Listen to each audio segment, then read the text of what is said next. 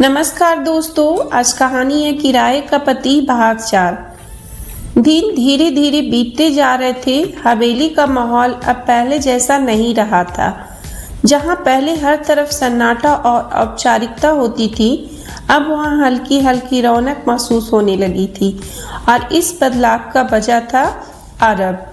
वह किसी पर अपना असर डालने की कोशिश नहीं करता था, लेकिन उसकी सादगी, विनम्रता और व्यवहार ऐसा था कि लोग अपने आप उससे जुड़ते चले जाते थे।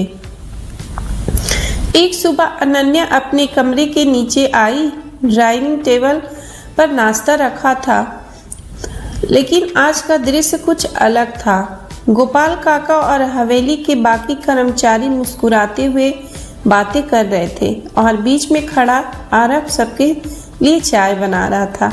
अनन्या की बाहों सिकुड़ ली। यह क्या हो रहा है? सब लोग अचानक चुप हो गए। आरब ने उसकी तरफ देखकर मुस्कुराते हुए कहा, गोपाल काका की तबीयत थोड़ी ठीक नहीं थी, इसलिए मैंने सोचा आज चाय मैं बना लेता हूँ। अनन्या ने व्यंग से कहा, वाह, अब हवेली में नौकरों का काम भी करोगे? आरब ने शांत स्वर में जवाब दिया, काम छोटा या बड़ा नहीं होता।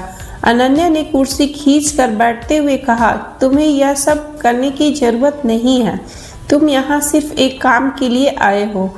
आरब ने धीरे से कहा, मुझे याद है। अनन्या नाश्ता करने लगी, लेकिन उसके मन में एक अजीब सी बेचैनी थी।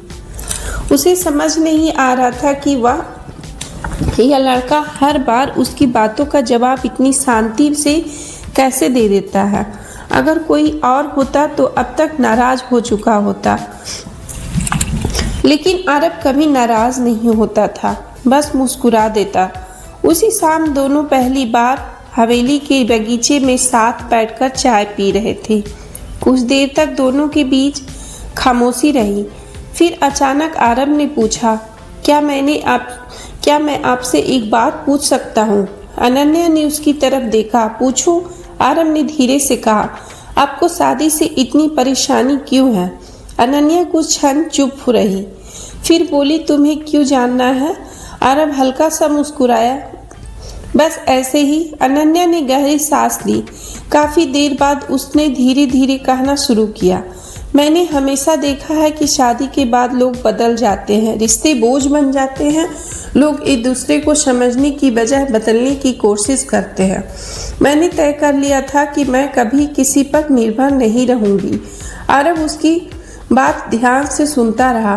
फिर उसने शांत स्वर में कहा, हर रिश्ता बोझ नहीं होता। अनन्या ने उसकी आंखों में देखते हुए पूछा, तुम्हें कैसे पता? आरब कुछ पल चुप रहा, फिर मुस्कुराकर बोला, क्योंकि मैंने अपने माता पिता को देखा है। वे बहुत अमीर नहीं थे, लेकिन उसके पास एक दूसरे का साथ था और वही उसकी सबसे बड़ी दौलत थी। अनन्या कुछ नहीं बोली। उसके पास इस बात का कोई जवाब नहीं था। उस रात अनन्या अपने कमरे में बैठी थी, लेकिन उसके दिमाग में बार बार आरब की बातें घूम रही थी।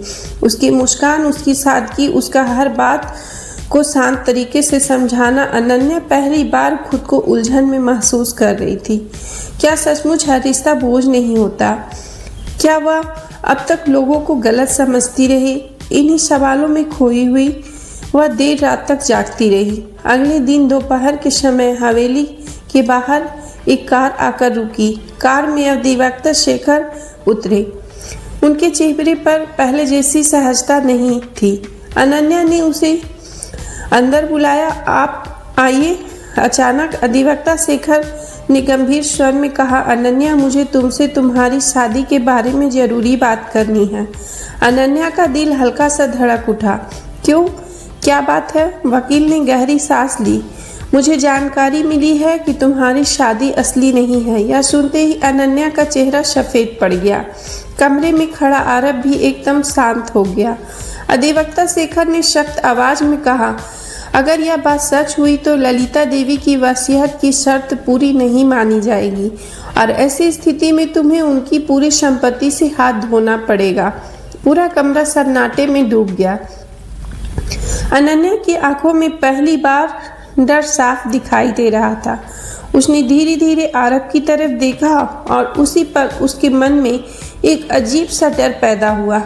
अगर आरब चला गया तो उसने कभी इस सवाल के बारे में सोचा ही नहीं था, लेकिन आज पहली बार उसे एहसास हुआ। उसे आरब के जाने का डर लगने लगा था और उसे बिल्कुल अंदाजा नहीं था कि आने वाला समय न सिर्फ उसकी नकली शादी का सच सामने लाएगा, बल्कि आरब की असली पहचान भी उनकी जिंदगी बदलने वाली थी। और आगे की कहानी भाग 5 में देखी। अगर वीडियो पसंद आ रही है तो वीडियो को लाइक करें, शेयर करें और चैनल को जल्द से जल्द सब्सक्राइब कर लें। Thanks for watching.